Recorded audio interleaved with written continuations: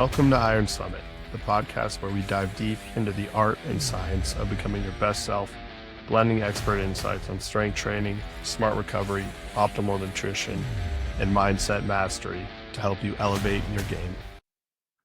What's up, guys? If you're looking to level up your training, click the link in the description and check out the Iron Summit Gains Emporium. Our strength training plans are designed to help you pack on muscle, and with our software, you can track every workout right from your phone. Plus, you'll have direct access to us for any questions along the way. Don't just try and level up your training. All right. Question I get every once in a while that I think is a good question. I'm curious to hear what your thoughts are. How often should you be maxing? Not very often.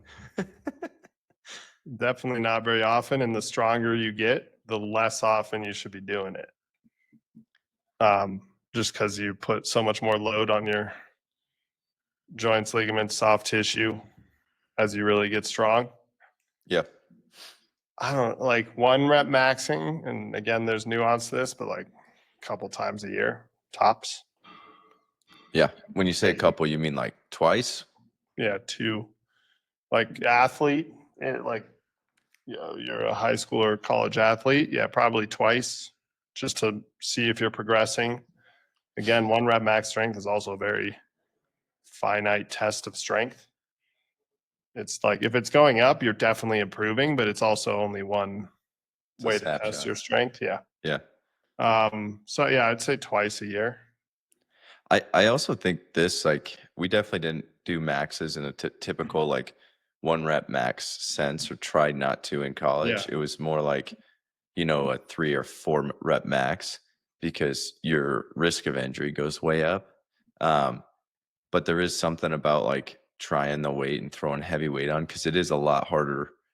It's a lot different to be like, hey, there's a lot of conversion charts out there that are good. Yeah, they're not. But like actually throwing the weight on is way different. For sure. And I think if you're going to do 3 or 4 rep maxes, you can do it more often than twice a year.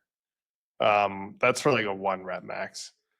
But yeah, in college, we would do max bench and max squat, and then no max deadlifting. And I think the squat was even we never went 1 rep max. It was always like 5s.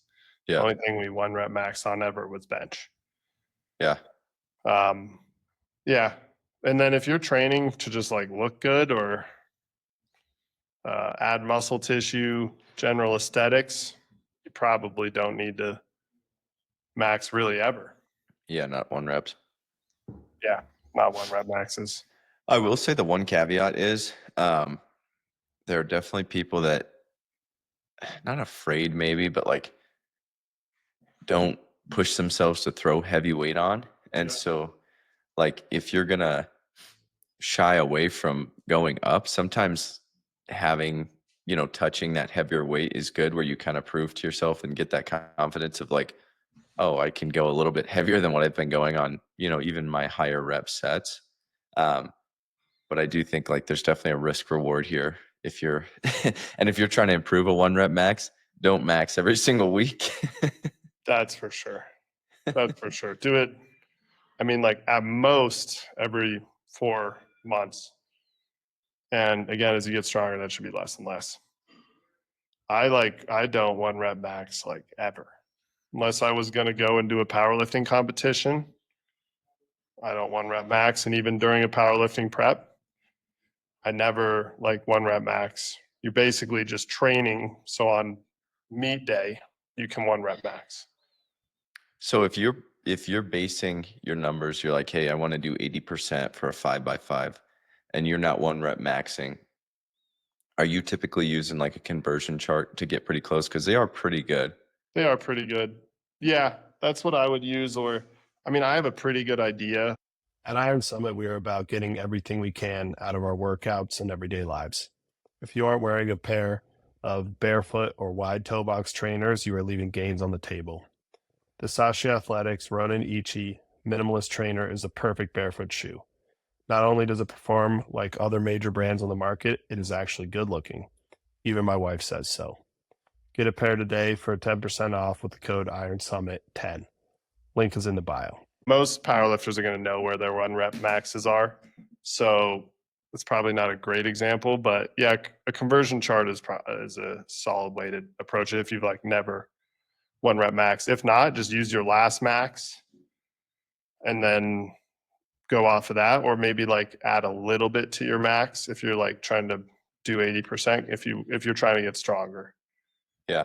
Right. That's one reason I like RPEs or percent difficulties better, because that's like a feel thing and you don't have to know an exact 1 rep max to do it. It's more like, hey, do this so it feels 90% hard. Yeah. I think it's good too. Like if you're not fully recovered and you come in and maybe had a long weekend, didn't sleep well, like something happened, your RPE kind of adjusts with how you're feeling. The only thing is it is subjective. Yeah. There's But definitely a learning curve to getting good at RPEs. You got to yeah, know like what pushing yourself is, what's not. It's probably some people have a problem pushing themselves hard. Some people have a problem not pushing hard enough. yeah, But yeah, it does adjust more with you. I agree with that. yeah. Yeah, it is probably a little more advanced, but probably a lot more accurate for, flattening out how you're feeling day to day and not just hitting a number because you think you should hit that number. So yeah, I guess a lot of pros and cons, but there's definitely, I don't know. It's funny when you see people Who walking around asked you max. how often they should max? Just one of these wrestlers, he was asking me, and I was like, it's like, dude, I think you should get strong first of all. But I don't know. The other thing though that's part of lifting, the like bro science part of me is like it's fun when you're with your buddies and people are like For sure. trying to lift some heavy weight, and I think that can be motivating too, provided that you're doing it, with good technique, and you got to build up to it. You shouldn't do like a 50-pound jump and just expect to not get buried under a bar. Yeah. So Or I don't know. yeah, like yeah, go put on what you want to bench, miss it, and then try it again 3 minutes later. It's like that's not how it works. Yeah. you just Or you just failed, which means you're gonna be weaker than you were before. exact, and like there's a smart way to do it, right? Like if you just hit a big back and shoulders day, maybe don't go max your bench, right, Jacob? Yeah, exactly, Jacob. Calling out Jacob. Shout out Jacob, the man. Uh, well, yeah, that's. I think my general advice would be to do it pretty far and few between. Work on progressions of uh, less than 1 rep maxes, and then occasionally, very occasionally, 1 rep max. Yeah, cool. I like it. Yep. But today we're going to talk about meal timing. Quick overview on that, how to use the different macronutrients to your favor. Um, but you got anything on that to start?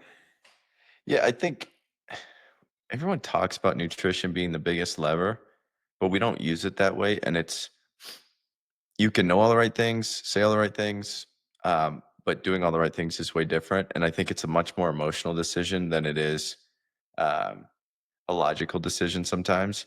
And if you can really dial this in and understand what makes you feel good, uh, your workouts are fueled way better. Um, so I guess just to start, my thing is if you can just kind of be a robot about this in a positive way of following rules instead of, following how you feel or how you feel you look in the mirror or how your body weight's coming in or just there's a scientific approach to it. And yeah, there's definitely some art to it, but if you can take the emotional side out of it, I think this goes a lot better. 100%. It is. Yeah, that's a great point. I think the other caveat I'd say, because we're going to talk about meal timing today, but just blanket statement before we get into all of that is most important is like just getting either not too much or enough food in throughout the entire day. Meal timing is of secondary import to total food. Yeah. Like the hierarchy goes, how many calories are you eating? What is the breakdown of those calories, macros, so carbs, protein, fat, and then timing. You can start thinking about timing once you've got the first two things right. Like good meal timing doesn't change a bad diet. And if you're like, and same thing, good meal timing doesn't outweigh not eating enough protein or under or overeating carbs. Yeah. Yeah, great point. I mean, just 100% you got to cover your bases here first and make sure that you're hitting your macros. Like if you're grossly under fueling, I don't care if you're hitting your protein targets, like it's tough to make progress. I think to that point, I feel like in my personal life, the biggest difference that I've made, or that I felt has been made for me is just increasing carbs. And everyone says it, but like around workouts, you get a lot more energy if you're having it before, especially after too, for your recovery. If you feel like if especially if you're doing a 2 a day, making sure you're starting that recovery process right away. Um, and just understanding if you're an athlete, the sheer number of like calories and carbs that you need to properly recover and build muscle, it's really hard to not, or it's really easy to underfuel and hinder your performance if you're not eating enough carbs. For sure. Yeah, I think that's a great one. I'll add some more context around that. I think for athletes who are in a deficit, or if you're cutting, like you're trying to get lean, um, yeah, pre and post workout carbs are awesome. If you're in a surplus, like I was, like if you're a heavyweight wrestler, like I was much of my career trying to be in one, or if you're trying to add muscle tissue, the importance of pre-workout carbs is less just because you have so much glycogen in your Fuel. system Yeah. already, fuel loaded up. So if unless you're in a deficit, pre-workout carbs are less important, but then post-workout carbs for both groups, I think is like the most important time to eat carbs. And it's like immediately post-workout and then in subsequent meals following. And for a few reasons.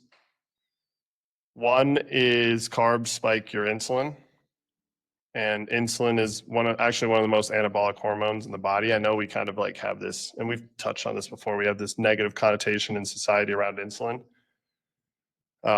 because insulin is one of the main hormones that drives fat storage, but it's also one of the main hormones that drives muscle, adding muscle tissue and transporting nutrients into the muscle cells. So if you are post workout, your body has all these anabolic signals going around like, hey, I just, did some damage to my muscle tissue. And then you spike your insulin and you eat some good protein with it. Insulin helps your body efficiently shuttle those nutrients into the muscle cells and help that recovery kickstart right away. So that's a one thing that I think a lot of people miss is like they'll do a post workout protein shake, but I would argue the protein's probably secondary import to the carbs post workout. And then I know this is a long monologue, but I'll turn it over to you. Keep going. Second thing is carbs also really quickly decrease cortisol in your body. Like out of all three macros, carbs reduce your cortisol the most. So if you think about eating reduces cortisol because as human beings, when we were living in caves and hunting, you wanted like high stress hormone when you were hungry, low stress hormone when you're satiated, because cortisol makes you alert, made you a better hunter, survivor, etc. So, but carbs out of all three, because carbs are kind of traditionally the hardest to come by for humans, lower your cortisol the quickest. So, and anything you can do to really lower your cortisol really quickly post workout and get that parasympathetic nervous system more active, in other words, chill out and start the recovery, is really important. So carbs post workout is probably one of the most underrated things I would say, meal timing wise. And you can do a big dose too. Yeah. We had nutritionists tell us that all the time in college. And I was kind of like, yeah, I can't really afford the calories. I'll just drink some protein. But I really wish that I would have focused on, even if you have a limited number of calories in a day, pull some from another area and put it post workout, especially if you're hitting 2 a days. Super important to start that recovery process. Um, Yeah. and yeah, I don't know. I think it's something that's easily skipped because everyone's like, I know I need protein. carbs play a huge role there. Fats, another important part to fats, like feeling full and hormone production. Fats are super important.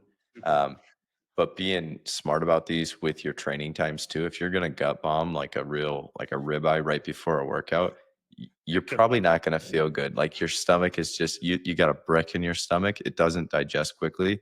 That's why fats are satiating and like help you feel fuller longer.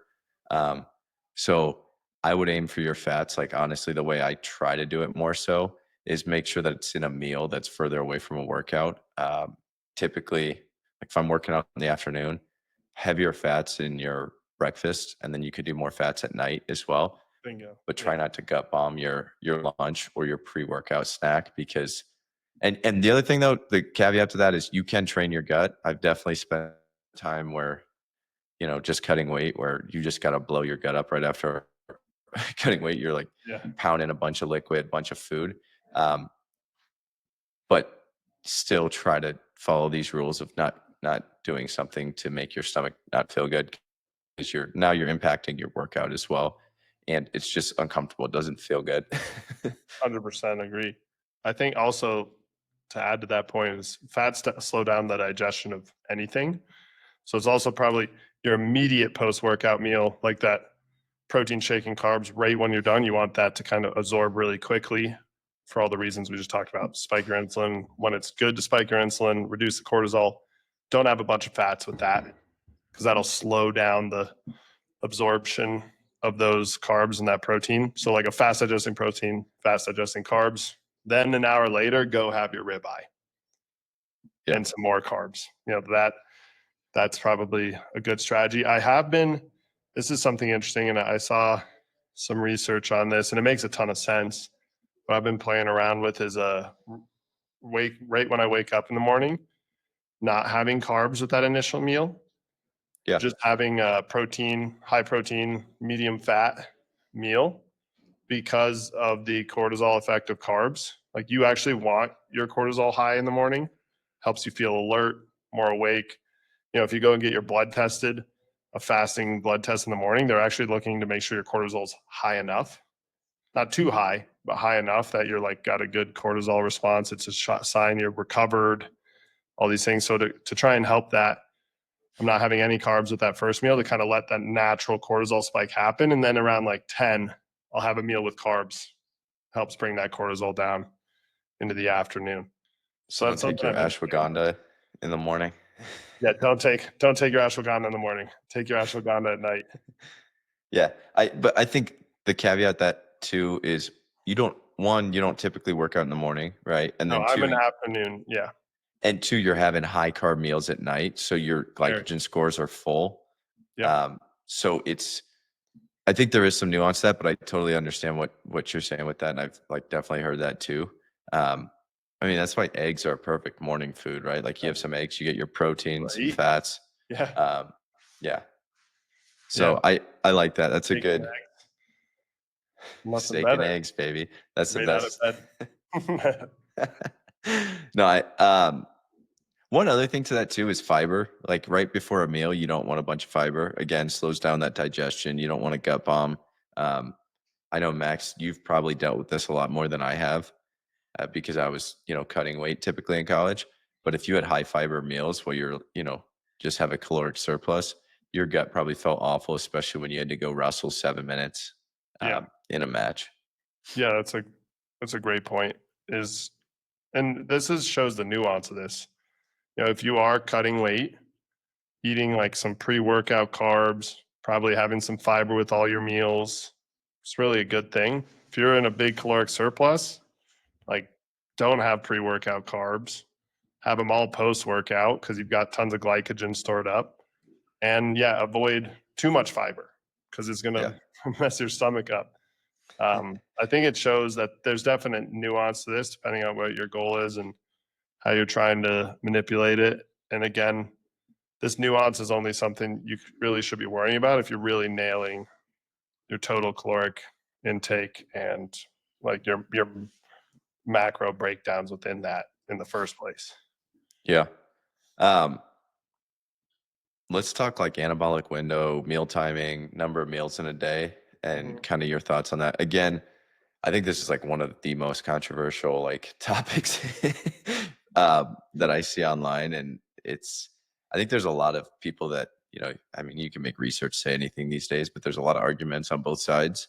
But what are your thoughts, Max, and what do you do? So I think both camps are right on certain things. I do think post-workout window is the most important time to eat. I think there's some good science on that, and also just anecdotally, it's worked really well for me to eat a lot post-workout. I've seen it work for other people. Bro science is there. I think science is there. Like post-workout is the most important time to eat. Now so that's like on the side of like timing is important. Yeah, And then on the other side, there's like, well, it's just, especially on the protein thing, like total, you can only digest so much protein in one sitting versus you need to spread it out throughout the day and time it every 3 hours versus like you can have as much protein as you want in one sitting. yeah, I think it's probably somewhere in between. Like, I think you like physically can digest a ton of protein at once. But at the same time, just as someone who's had to eat a ton of food, like if you eat a huge meal all at once, your stomach just doesn't digest it as well as if you just break it up into a little bit smaller portions yeah, a couple times throughout the day. So you're probably going to be getting a little more out of it. I'm not saying there's some limit. I know they were saying like 50 grams of protein you can digest at once. I don't think it's anything like that. I'm sure you can digest a heck of a lot more, but it probably behooves you to spread it out a little bit throughout the day. yeah, Also, last thing I'll say, and I'll turn it over to you, is I think total calories matter most. That being said, if you have the discipline and the ability to break it up into structured meals throughout the day where you optimize certain things post-workout, pre-workout, et cetera, you're going to get a little bit more out of the food you're eating. Not a ton, but a little bit more. yeah. I think I agree with all that. I'm generally in the camp of, like you're saying, it's important to get some calories after a workout for sure. I'm not going to stress out if, like, let's say I get a workout in and something happens, and it's an hour before I get something in. I'm not freaking out, like setting a timer on my watch, like I got 45 minutes before I'm going to start eating myself alive. Like, um, but I do think, again, depends on your goals. And it's like, if you have another workout in 4 hours, you better get some calories in as soon as possible. Um, in terms of breaking stuff up, like you said, if you're eating a lot of food, and especially when you're eating a lot of protein, you get full quickly. And so it's a lot easier to get it in if you're breaking it into, 4 or 5 meals instead of three. Um, and I've found when I was cutting weight, if you're in a caloric deficit, it's a lot easier when you're like constantly eating a little bit. So instead of your stomach feeling completely empty, you're at like 60 or 70% always. And so you don't feel those like big hunger swings. And so I think blood sugar levels, energy levels, like just works better throughout the day. That being said, I do think, and I definitely notice a difference in sleep, recovery, how I feel the next day, not eating super close to bedtime and Yep. making sure that, there's a cutoff. And I'm not saying I never break this rule. Like I'll definitely, we're like watching a movie or something tonight, or I don't know, sometimes it's, you're just eating late. But for the most part, once dinner's done, try to cut it off, 4 hours before bed or whatever, of, giving your body a break of digestion and let it start getting into that sleep, repair, recovery state instead of, all your energy trying to digest this hunk of food in your stomach. So, like you said, not the most important thing in the world, but I do think meal timing you can play with to see how you feel. And I think it makes a big difference. The other thing, too, like if you're eating a lot of protein, it is really hard to eat 100 grams of protein in one sitting and not be really full for a long time. So if you can do, 50, wait 2, 3 hours, do another 50, it's just an easier way to eat the elephant one bite at a time. Yeah. Yeah, 100%. The spacing out, giving your body some time before bedtime is a really good one. Also, just purely from the standpoint is you digest better when you're vertical, when you're upright. Like if you eat and then lay down right away, your stomach just doesn't work as efficiently. So there's a cow snoring. Probably won't get picked up on the mic, but Does Cal ever wake you up? That is like an old man like falling asleep on a Sunday watching football snore. it's probably worse than that. And yes, he can't. If he was slept in our room, we wouldn't sleep. Doors are like 100 decibels. Every time I see him, I swear his face is bigger. It just keeps growing. This is my 200-pound English Mastiff. Max's dog weighs more than me. Background. Yep. Until Ryan passes Cal. I'm putting Cal on a diet, and I'm gonna be shoveling food. Cal's already on a diet, man. Got self diets. Funny. But yes, give your body some time between your last meal and going to sleep. Yeah. I actually made that adjustment post college. So I used to, I think part of it was probably true. Like I had to eat so many calories, I had to kind of use my entire waking window to get it in. Right.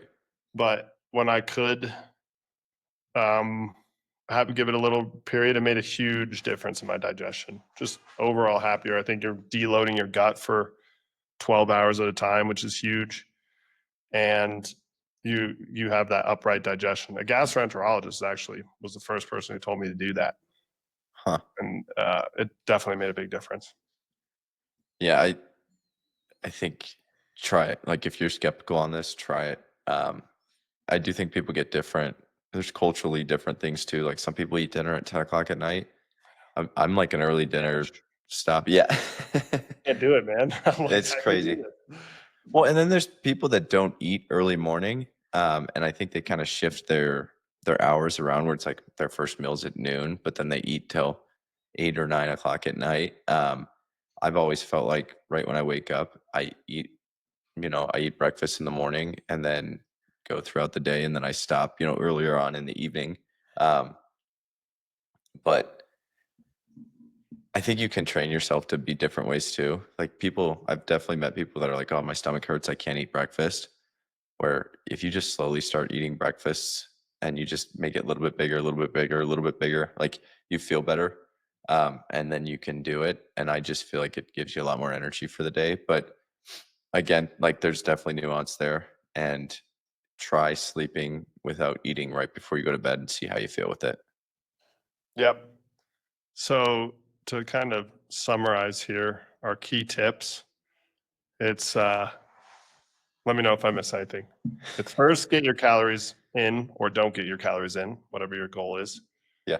Second, nail your macros, prioritize protein. We've talked about that probably too much. And then third is start worrying about your timing, focus on manipulating your carbs pre and post workout, depending on what your goal is. If you're trying to gain weight, more emphasis on carbs post workout. If you're really in a deficit, add some in pre workout as well. Don't eat too much fat pre workout. Gut bomb yourself. Same thing goes for fiber. Make sure you're kind of being cognizant of those two things in your pre and post workout meals, just with timing of nutrient absorption, both pre and post workout. Wow, that was tough. And last thing is give yourself some digestion time before bed. Yeah. I think you nailed it, Max. The only add is don't max out every week on your lifts. There you go. If you do all of those things, you will successfully not be a high school boy. What if you're in high school? Then you'll just be more mature than all the other boys. Wow, you're coming for the high schoolers. All right. Yeah, I got nothing else, Max. I like it. Yeah, guys, let's end it there. Wrap it.